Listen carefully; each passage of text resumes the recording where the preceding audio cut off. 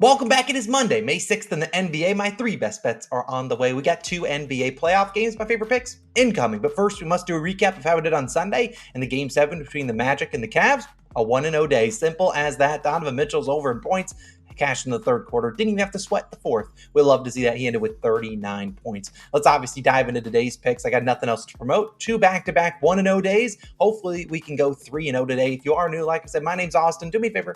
Go down below. Hit that subscribe button. We're only a couple hundred subscribers away from 200,000. 200K people. Go hit that subscribe button, drop a like. Let's dive into the picks. As always, I will talk about my favorite player, perhaps. Then at the end of the video, I will talk about who I think wins, covers, and things of that nature. We'll get into that momentarily. But actually, we're going to jump to the later game on the slate. And as always, if you need any sportsbook deposit matches, sign-up offers, all that stuff's down below. Obviously, help support the channel if you use those links. First pick of the day, we're going to the Nuggets and Timberwolves game 2. I'm backing this guy, Jamal Murray, over 25.5 points plus rebounds, minus 115 on FanDuel. Now, if you only have 26.5, I'm pretty confident Murray either gets that or doesn't get either of the lines. So you can take it at 26.5. I'm fine with that if it bumps up. I really like Murray, though, tonight. Now, in game 1 of this series, obviously, the Timberwolves won that game by, 7 points? In that game, we backed Nikola Jokic is over in points. And while I like Jokic again tonight, his is 29.5 points. I like that. I think Murray's going to have to step up. Now, in that game 1, Murray had a tale of two halves. In the first half, he sucked.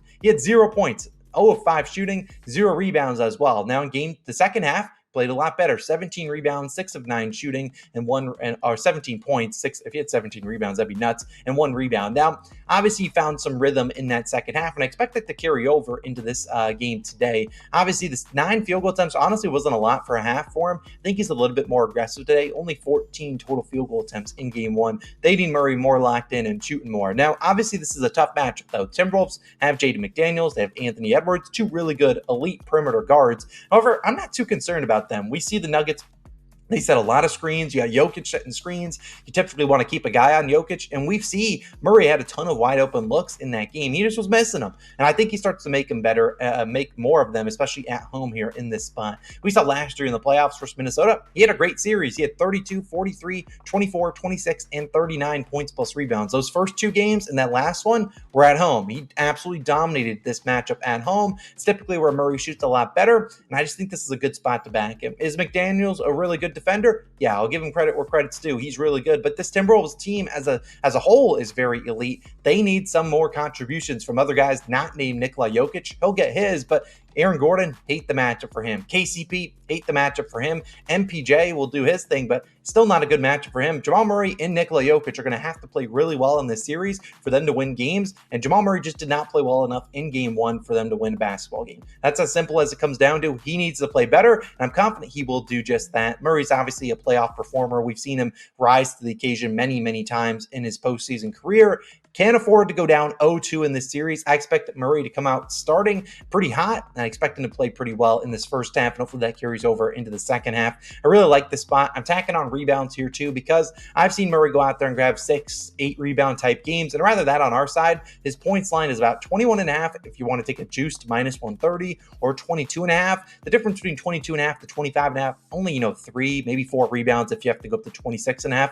I'm confident he can grab more than that today. Obviously, only 1 rebound in game 1. I think he could get us at least 3 today. If he gets us 4, 5, 6, 7, maybe even more than that, great for us in the value side, but I really like Jamal Murray's points plus rebounds. The rebounds line is not high enough, in my opinion. Sure, he only had 1 rebound in game 1, but the Timberwolves hardly missed. They shot over 50% in that game. I like Jamal tonight. Give me his over 25.5 points plus rebounds, minus 115 on FanDuel. Now, I'm going to go to another pick in this game. I only have 1 pick in the Knicks and Pacers series. We'll talk about that in a second. I'm actually going to Rudy Gobert, and I'm backing his over 25.5 points, rebounds, and assists, minus 115 on DraftKings. Now, if you're on FanDuel, you're like, Austin, I don't have a PRA line, points, rebounds, and assists. What do I do? Well, number one, yell at FanDuel because they're just afraid of putting PRA lines for big men. I don't know why they refuse to do it. I think it's because they notice that there's probably an edge on the PRAs more so than the points plus rebounds, because the PRAs for Rudy Gobert is only 1 higher than his points plus rebounds. I honestly think there's a much bigger edge on his PRA than it is points plus rebounds. I mean, he had 3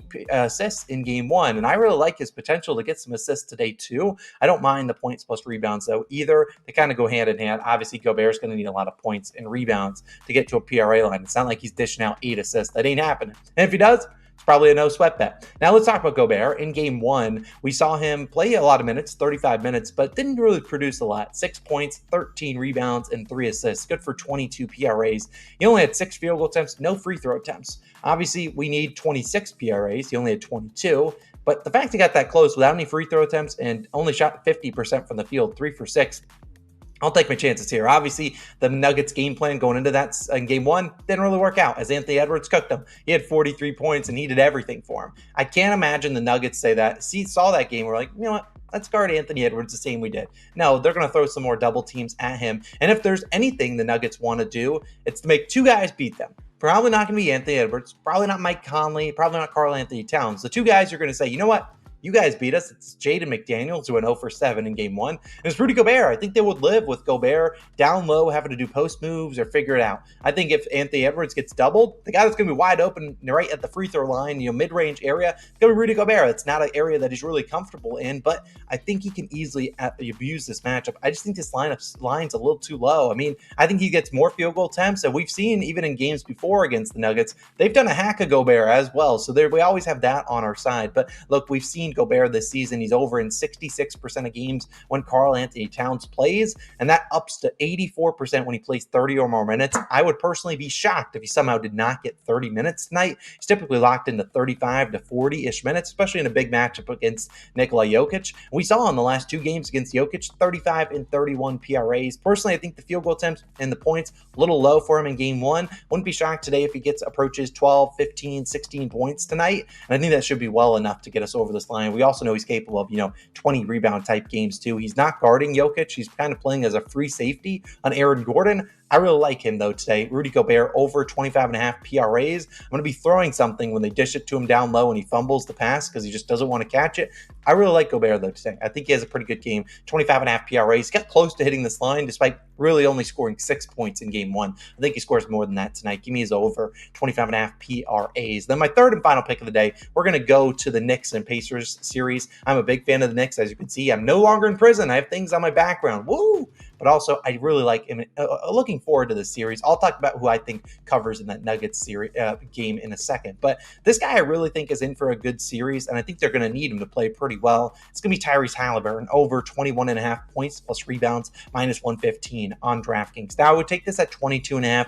I don't mind the PRA line, but if I'm the Knicks, I don't want Haliburton to get 10, 12 assists. I don't want that. I'm going to force Haliburton to be a scorer, so I like his over in points, but I also think there's a good chance for rebounds too. I think we've seen Haliburton have games of 10 rebounds this postseason. The difference between points and points plus rebounds is like 4. I think there's a realistic possibility he could grab 5, 6, 7, 8 rebounds. That's Haliburton. Some games he has a ton of rebounds, some games he doesn't, but he could honestly hit this over in just points alone. Now, like I said, I'm a Knicks fan.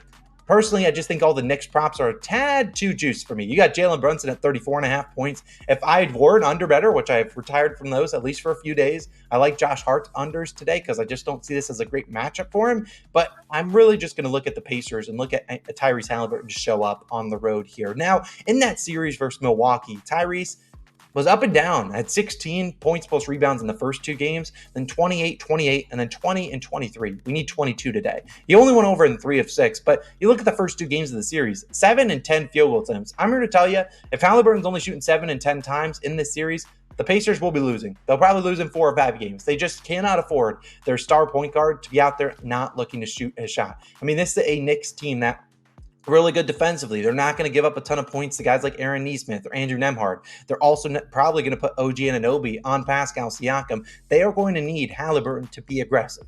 And I think that's the goal for the Knicks is, hey, if Haliburton wants to go out there and drop 30 points on us, we will live with it. We just don't want the role players to get going. Don't want Siakam to get going. We think how Siakam scores all his points. It's in the paint. The Knicks are a top 5 paint defense too. Haliburton needs to be aggressive, and he has been aggressive in this spot against the Knicks. 3 games versus New York this year. Haliburton 27, 19, and 25 points plus rebounds on 17, 10, and 14 field goal attempts. Now, you might see the 10 and be like, Austin, we just talked about we don't want him shooting 10 times. Well, he played 22 minutes in that game. He shot 10 times. The other games played 36 and 30. In my opinion, Haliburton is locked into 32 minutes a night. If this game is moderately competitive or they trail, probably plays more than that unless they're trailing by 25 points. But the Knicks, knock on wood, don't really blow out a lot of teams. And honestly, if they want to blow them out, I'm not too mad as a Knicks fan. But I really think this is just a spot Haliburton has to wake up and be aggressive in.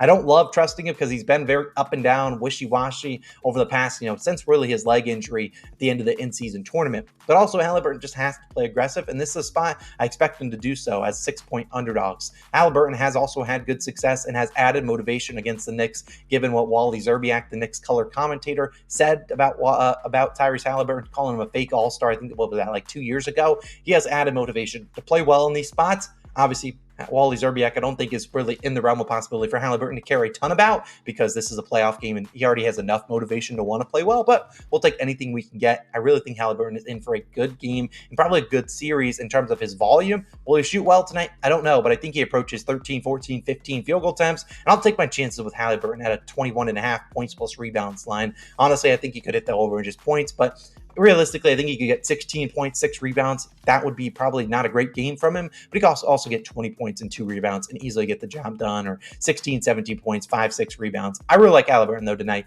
I don't like rooting for guys on the other team against my Knicks, but I think this is a spot Haliburton has to be aggressive in. So give me his over 21.5 points plus rebounds. And then finally, I will talk about some spread leans. I don't have any player prop leans, although it was Josh Hart's under in points plus rebounds or PRAs, probably at 33.5. I think that's a tad high for Josh Hart, but that's just my opinion. I'm not taking an under on him. These are my 2 leans for the games. Now, as always, if they're leans or they're not something I'm betting, I don't bet a ton of spreads, but you guys like to hear where I am at in terms of which side I would lean on. I won't track these towards my record. If they go 2-0, great. If they go 0-2, cool. It doesn't affect me. It's just my opinions and thoughts on how the games I think are played out. And if you guys like me talking about spread leans, I'll happily do it the rest of the video or rest of this NBA playoffs. As you know, we don't have a ton of games left in the season, but these are just the 2 leans: Pacers plus 6.5 and Nuggets minus 5.5. Personally, I think the 6.5 points the Pacers are getting is a little bit much from the Knicks. Pacers kind of do feel like an all or nothing team. It feels like they either win outright or lose by double digits.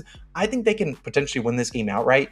The Knicks are coming off that emotional series against the Sixers. That was a grit and grind type one. This is more of a fast-paced series against the Pacers going up and down. And the Pacers have the scoring to keep up or just to outplay the Knicks. It just comes down to really how the Pacers defense plays. And I think this game 1 is pretty tight for the Pacers. They could honestly win this one and wouldn't shock me a ton. And then as for the Nuggets, I'm just going to bet on Mike Malone and this team. They're NBA champs. I think they can get it done. Obviously, Timberwolves, if they go up here, then they win this game. Wouldn't shock me a ton. The Timberwolves are really, really good. We've seen that so far in the postseason, but I'm going to trust Michael Malone and this coaching staff and Nikola Jokic and Jamal Murray to figure out how to get things done. I just think the Timberwolves might be a little bit complacent, trying to get, hey, we got one on the road against the champs, and we get to go back home. If we're tied 1-1, we still took home court advantage. So I lean the Nuggets minus 5.5 and the Pacers plus 6.5. Not going to put any money on them. If I do put money on a spread, you guys will know. And I did one this postseason, Mavs minus 2.5. That was free. These are just ones that I don't have 100% confidence in. So not going to necessarily put my own money. And I don't recommend you guys putting your money on it unless you also like those 2 teams. Then go with your gut and you choose your own picks. But as for the things I track towards my record and what I got my own money on, Jamal Murray, Rudy Gobert, and Tyrese Haliburton, points, rebounds, PRAs, whatever I talked about earlier, you can track that and go back in the video, see exactly what I'm picking. So you guys have a wonderful day. Be back tomorrow with some more I believe tomorrow we see the start of 2 more series, 2 more game 1s, which is pretty exciting. I'll see you guys back again then with some more picks and leans and things of that nature. You guys have a wonderful Monday. Let's go 3-0 and bring out the brooms for real this time after going 1-0 the last 2 days. Have a great day. See you in the next one. Peace.